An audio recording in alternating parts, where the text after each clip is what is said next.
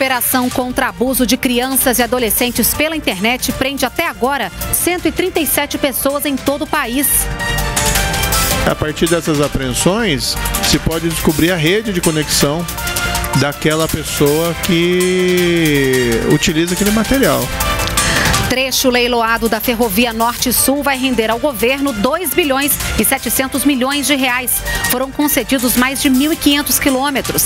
E veja também, Eletrobras reverte prejuízo e registra lucro de mais de 13 bilhões de reais no ano passado. Essas e outras notícias você acompanha agora. E para participar, basta acessar ao vivo do bate-papo no YouTube ou usar a hashtag TVNBR nas redes sociais. O Repórter NBR começa agora.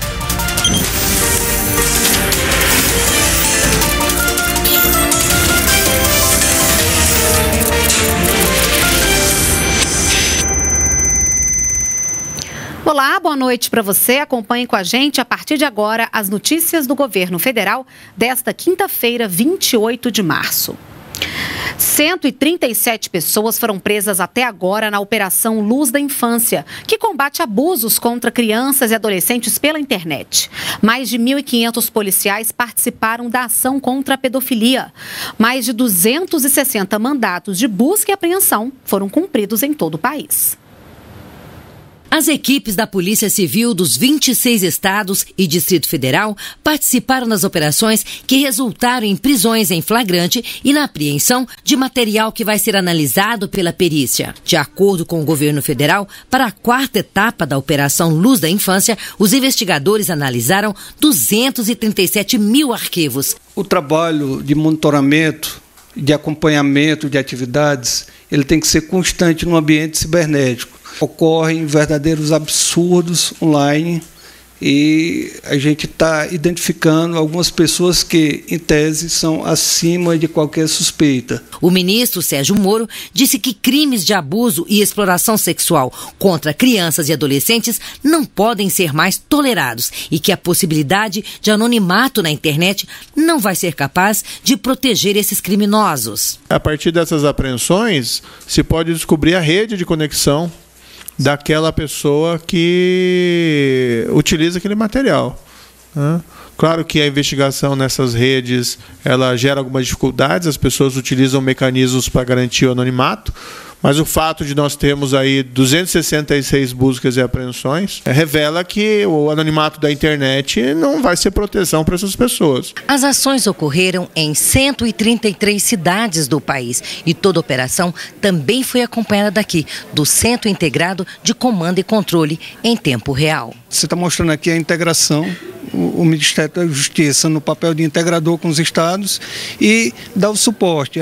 Eventuais dúvidas e dificuldades elas vão ser supridas aqui pelo nosso centro. Os policiais brasileiros estão sendo capacitados com a ajuda de agentes de segurança dos Estados Unidos para identificar de forma cada vez mais rápida os crimes no ambiente cibernético. A capacitação ela é fundamental para que os policiais estejam preparados a encontrar a evidência. É a arte de buscar a evidência do crime online. É importante que a família fiscalize e acompanhe o acesso às mídias sociais, uma vez que a criança é um ser totalmente vulnerável e o adolescente um ser em evolução, em total construção da sua personalidade. Então, nesse aspecto, os pais devem se comprometer.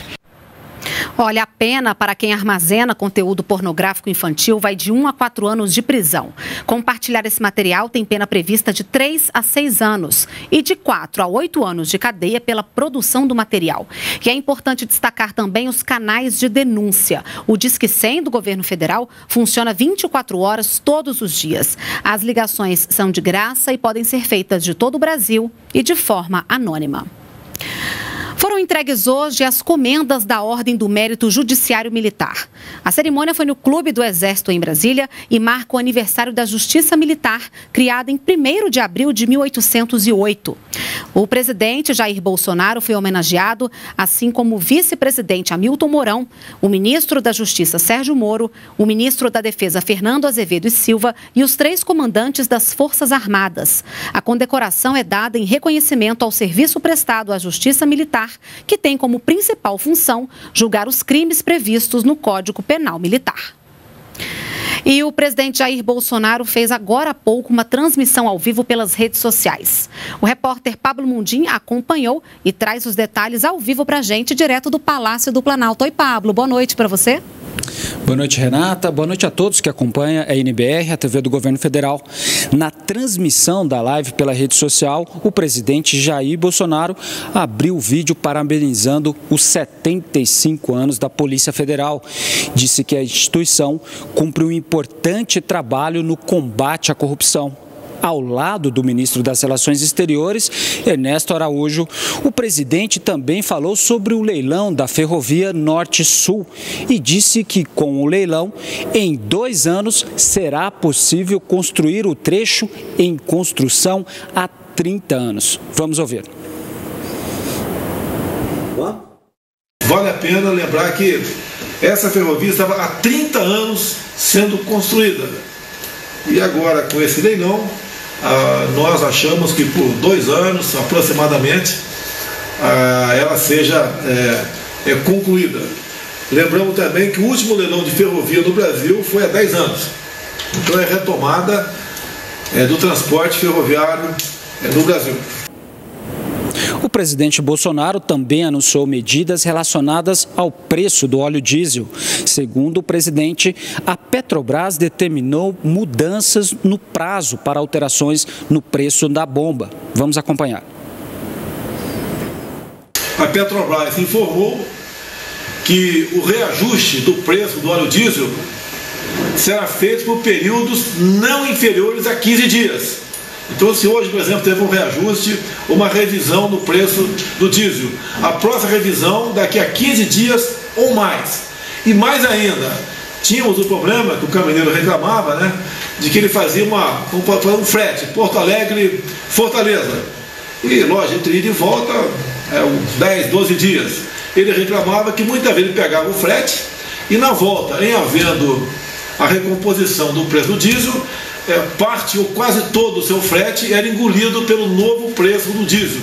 O que o governo federal, através do ministro Bento, das Minas e Energias, também acertou junto à Petrobras, que teremos daqui no máximo 90 dias o cartão caminhoneiro. O que é isso? O caminhoneiro passa no posto de combustível e preenche o teu cartão ali, né, com óleo diesel. O que é isso? Ele vai pagar o preço do óleo diesel do dia. E ali, por exemplo, comprou, por exemplo, 500 litros de óleo diesel. Ele tem direito, né, a 500 litros de óleo diesel, não interessa se o preço do petróleo subiu ou não. Então isso é uma vantagem, garante a ele que o seu frete não será consumido por possível reajuste do preço do óleo diesel. O presidente Bolsonaro também comentou sobre a tramitação da nova Previdência, defendeu a proposta para o equilíbrio fiscal e o crescimento econômico no país. Por fim, o presidente anunciou mudanças na compra de passagens aéreas por parte do Executivo, que passa a ser de responsabilidade dos respectivos ministérios e não mais de agências, o que, segundo o presidente, vai gerar uma economia de 35 milhões de reais aos cofres públicos. Eu volto com você, Renata. Obrigada, Pablo, pelas suas informações. Boa noite para você. E olha, hoje mais cedo o presidente Jair Bolsonaro voltou a falar da aprovação da nova Previdência. Segundo ele, a proposta do governo em análise pelos parlamentares é fundamental para o Brasil. A reforma continua, conversei rapidamente com o Alcolumbre agora, a ideia dele também, a nossa, com toda certeza do Rodrigo Maia.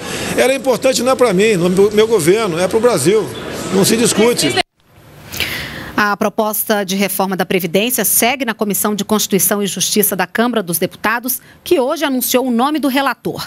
O escolhido para analisar a matéria é o deputado delegado Marcelo Freitas. E autoridades do governo federal continuam participando de reuniões com parlamentares para discutir o texto da reforma. Hoje, o ministro-chefe da Casa Civil, Onyx Lorenzoni, esteve no Congresso e disse que o governo está pronto para o diálogo. A nova Previdência é muito mais que uma reforma, como eu já disse mais de uma vez. Nós estamos aqui corrigindo o sistema atual, dentro de um critério de equilíbrio e equidade e participação de todos. E estamos aqui também criando uma nova Previdência para que daqui 20 anos só que vocês tenham e o Brasil que se preocupar com Previdência. E em outra reunião, também para tratar da reforma da Previdência, o ministro Paulo Guedes se encontrou com o presidente da Câmara dos Deputados, Rodrigo Maia. Na saída, o ministro disse que está confiante na aprovação do texto e no trabalho desempenhado por todos os envolvidos. O presidente Bolsonaro me deu todo o apoio para fazer a reforma. Ele desenhou, assinou e foi lá comigo entregar o presidente Rodrigo Maia na Câmara de Deputados. Então ele sabe da importância do desempenho dele para isso.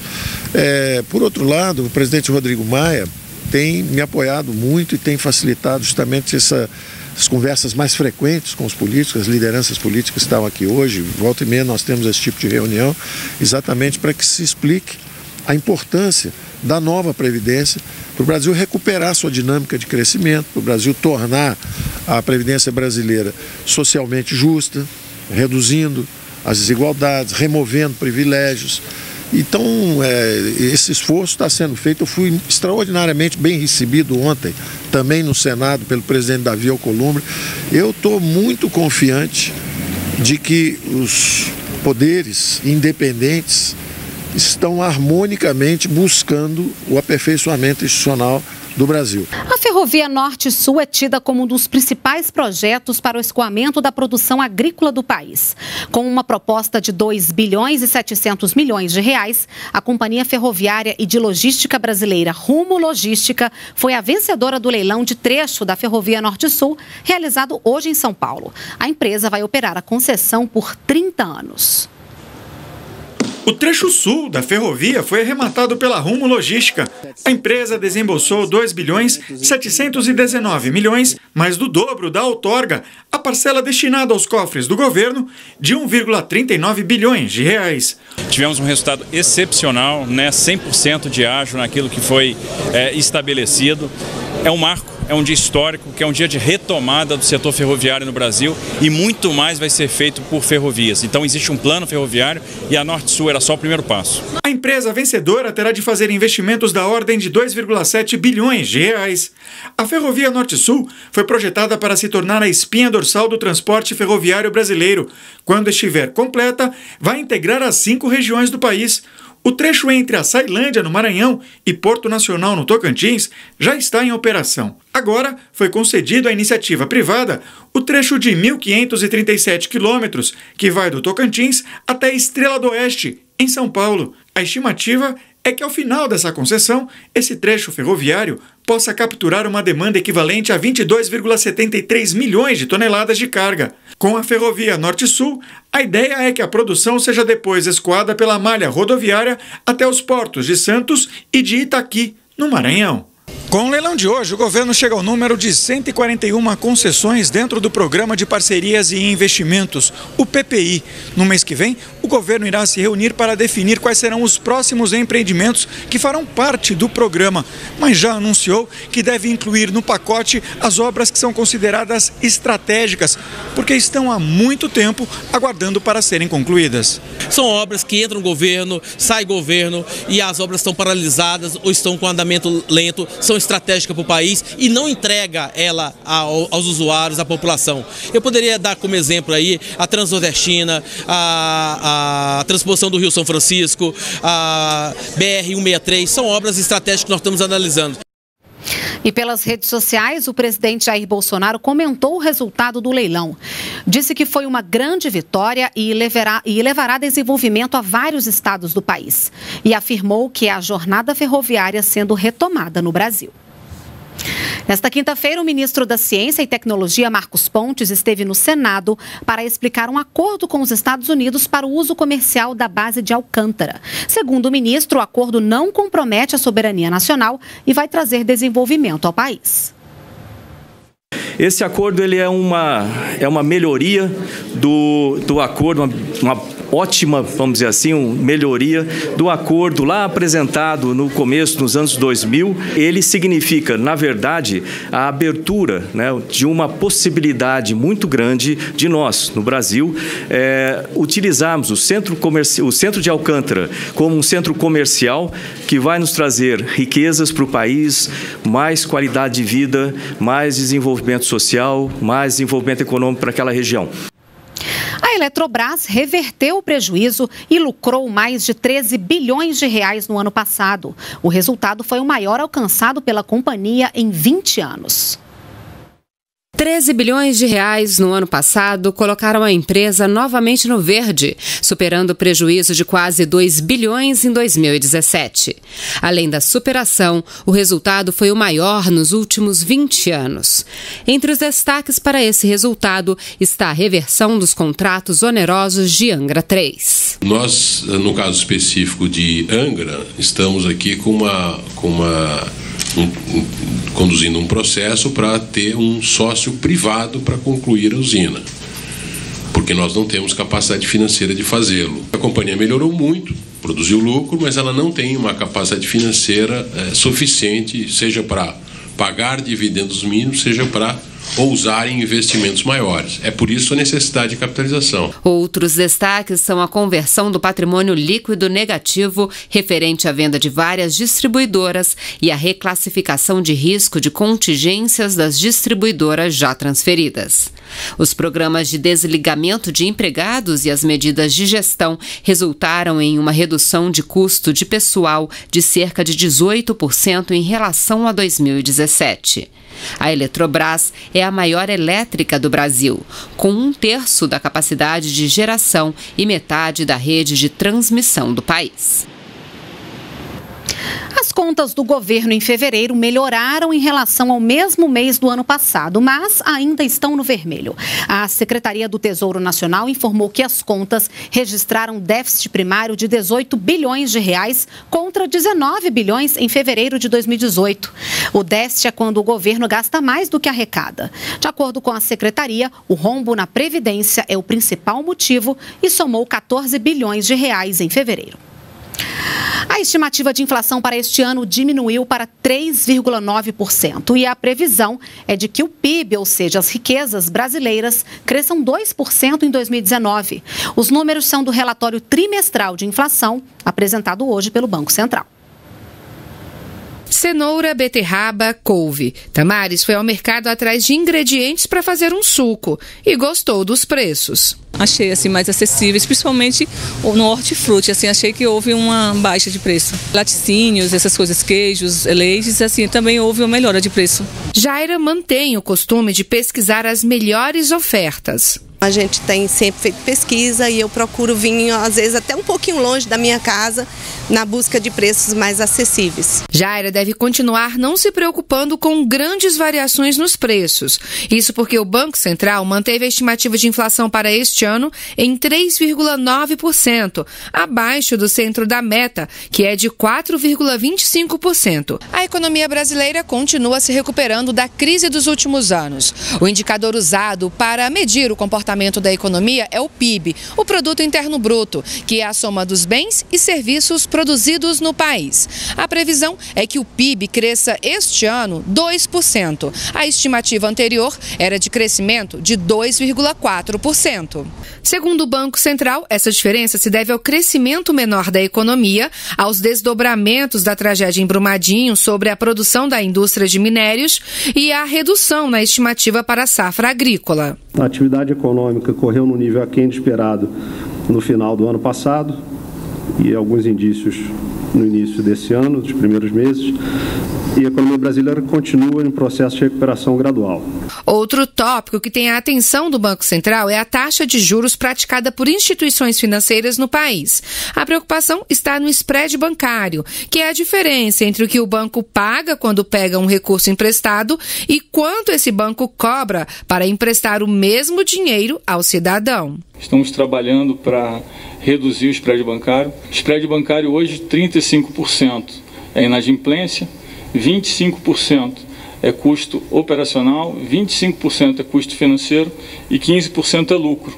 O presidente do Banco Central destacou a importância de reformas como a nova Previdência para a economia. O comitê enfatiza que a continuidade do processo de reformas e ajustes necessários na economia brasileira é essencial para a manutenção da inflação baixa no médio e longo prazos, para a queda de taxa de juros estrutural e para a recuperação sustentável da economia.